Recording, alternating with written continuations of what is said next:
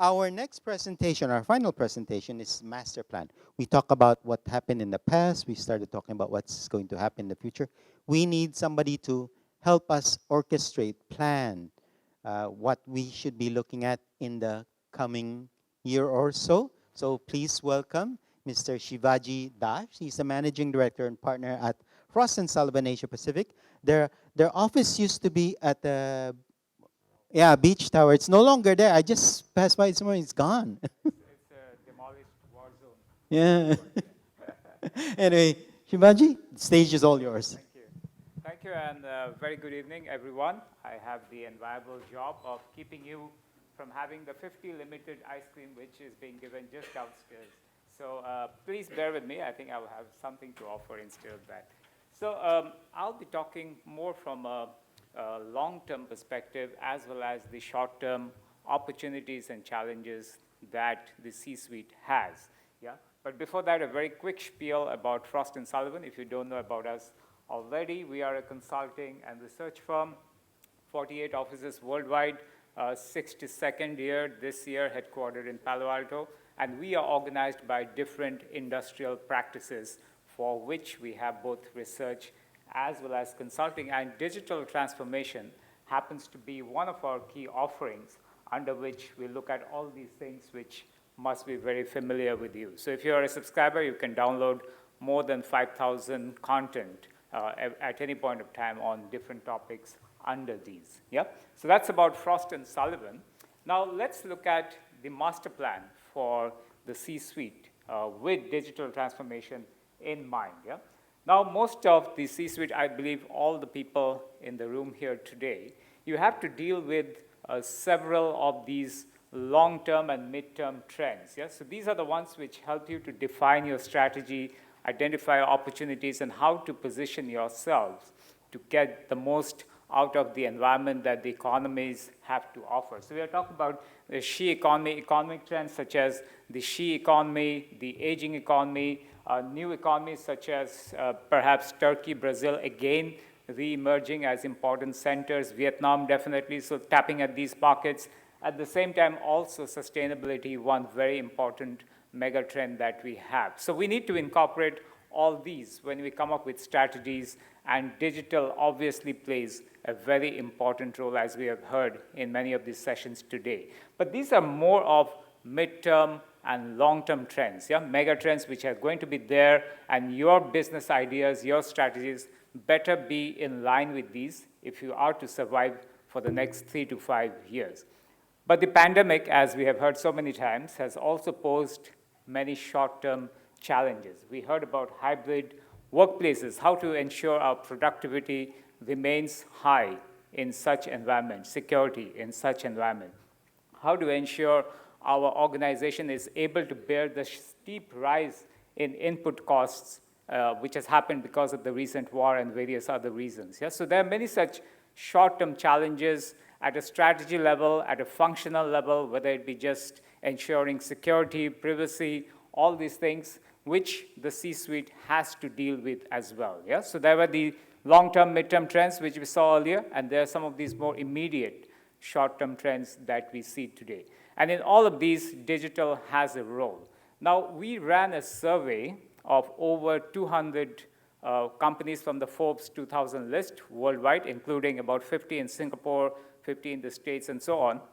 And we found in terms of priorities, the number one priority for the C-suite was to ensure revenue and margin protection. And this has become very important, especially in the last few months. We have seen with especially in Asia, where the yen has fallen almost 40%.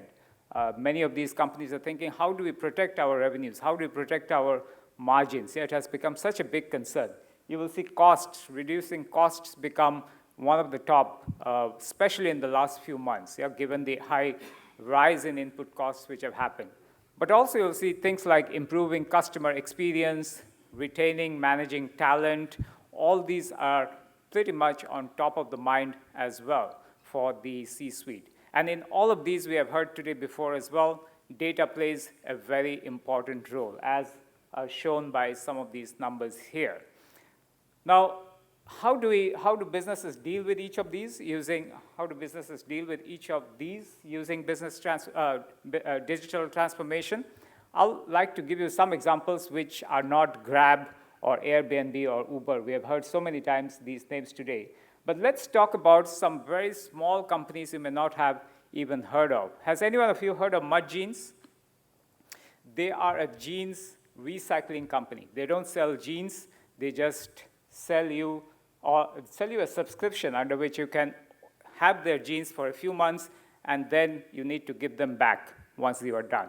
And all these is managed, the whole collection, the delivery, all these are managed through digital systems. Yeah, that's how they run this whole jeans rental business. 718 Cyclery, anyone from New York has heard of this? It's a very small bicycle shop which offers extreme customization. So all the way from the height of various components, the colors of the components, the kind of materials that are being used are customizable through this cycle shop. And once again, the whole back end, the supply chain, all of that is digitally enabled. For such a small shop to be able to offer such a unique value proposition to cyclists who really died by the name of this store. Yeah? You have similar things like pay-as-you-drive insurance by Sada Assurancy in Italy, and 7th Generation. It's a cosmetics firm in Seattle, if I'm not wrong. And what they do is they offer their own manufacturing facilities to other companies. So like a contract manufacturing, but they need to have real-time visibility all the time, both from a demand as well as on their capacity perspective, again, digitally enabled, which allows them to offer such a service to their customers. And all of these, as you can see, are very small organizations which are using digital to ensure new business model, revenue growth, margin growth, and so on. Yeah? Now, we all talked about data and the importance of that, yeah? But what we found is that 53% of the companies are not at all satisfied with the way they have data, they store data, and they're able to use data. In the consulting business, one of the funniest requests we get is when our customers say, can you send us the names of the projects you have worked with us before? Yeah, and these are big companies which are asking us, what have we worked with them before with the same organization? Yeah? So this is what's happening in all large organizations. One very big name, Fortune 10 company, actually has given us all their data and said that we don't know what to do with this. We will keep giving you every day. Please figure out and tell us what to do with this data. So it's a big challenge. Companies are really struggling. They know that data is important, but how do we make real, tangible use of that? Still, there's a long way to go. Yeah? Now, the second thing was more tactical. How about managing the workplace in this new environment? And actually, very few companies, if you see less than 1% perhaps overall, are talking about going back to the pre-pandemic way of managing their workplaces, where everyone used to come to the office and talk to each other. Yeah? So this is not going to change, at least for the next few years, whether there is pandemic or not. So how does an organization react to, from a digital perspective, in such a situation? So you have these old network parameters where everything used to be on-site, but now you have these new network parameters where everything is kind of scattered. Yeah? You have remote offices, workers, enterprise apps are all scattered. You have different types of devices, personal devices, all your contractors, hybrid clouds. So you need to manage this very different network parameter going out. And we have heard this before today, the number of attacks that are happening, zero-day attacks and data breaches have really increased in such an environment. And that remains a big concern for the C-suite in all organizations, small or big. The very interesting offshoot of that, which is happening on a cybersecurity perspective, is this idea of distributed trust. What it means is that you are looking at both your customers, your suppliers, and your employees, and their trustability, not just from within your organization or institutional framework, but for instance, how good or bad is their Uber rating or their Carousel rating. Yeah? You are looking at perhaps your own employees, whether they have posted nasty messages on Facebook or Meta. Yeah? So the idea of distributed trust is going to become more and more important going forward. You have some examples already. You see this company called Treaty. It's a Spanish insurance company which looks at reviews of customers, say in their sharing economy platforms like Airbnb, what kind of reviews they have got. A Kenyan company is looking at providing small loans to people who have, again, good feedback or positive comments on their Facebook networks. And then, of course, the much talked about China's social score, which is looking at rating every one of their citizens based on the kind of activities they have indulged in the past. So this is an idea which will take progress or take root more and more going forward.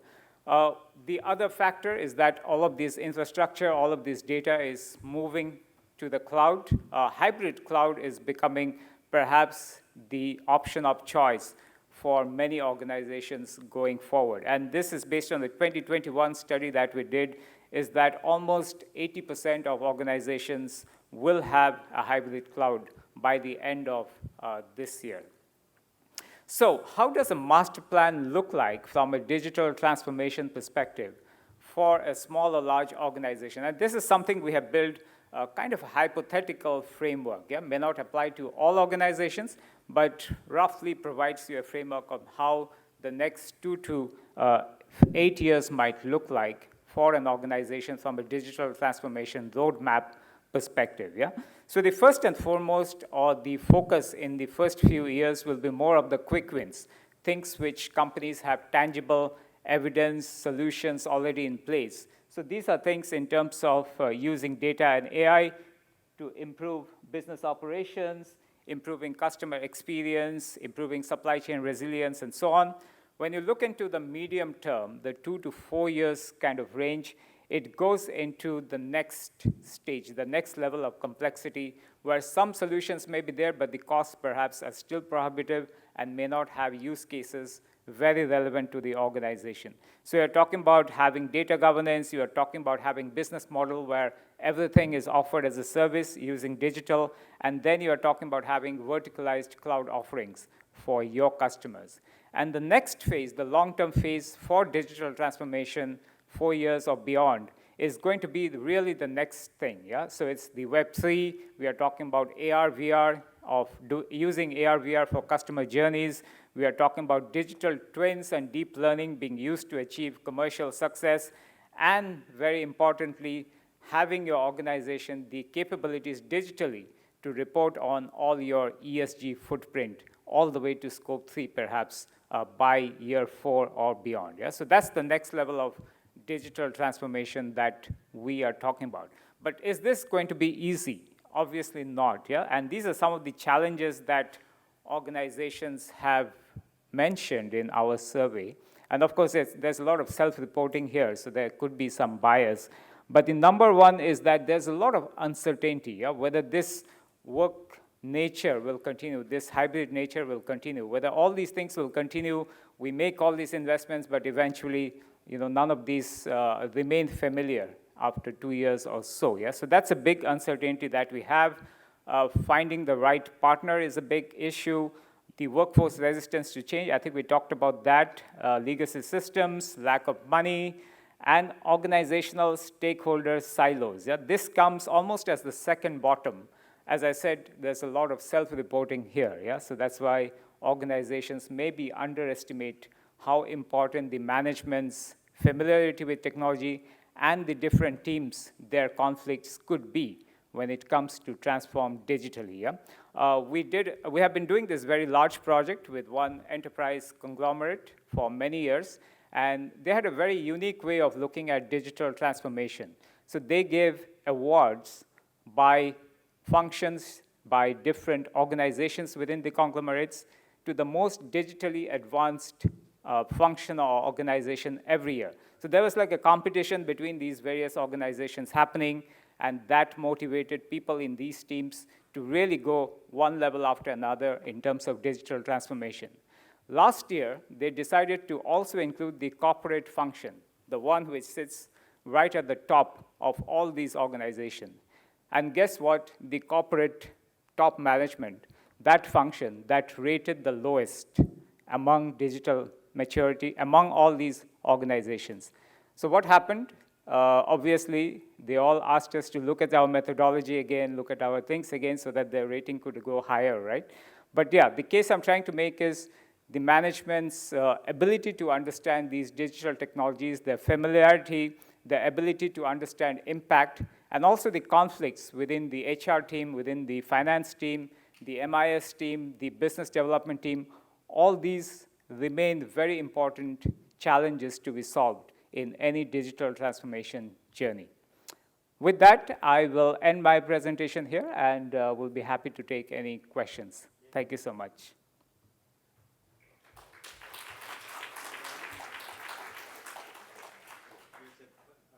I believe there's a question that came in. Can we show it up? Okay. What's the most challenging aspect of developing a post-digitalization strategy? Yeah, I think I kind of answered that perhaps in that. Why don't we repeat that one? Sorry?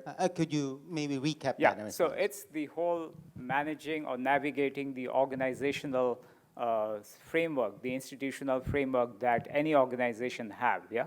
One of the jokes we have in this world is that to pass through any digital project, it's best to first start with the finance solution, yeah, or the HR solution, because then only you can get the CFO to approve and the HR team to approve, yeah.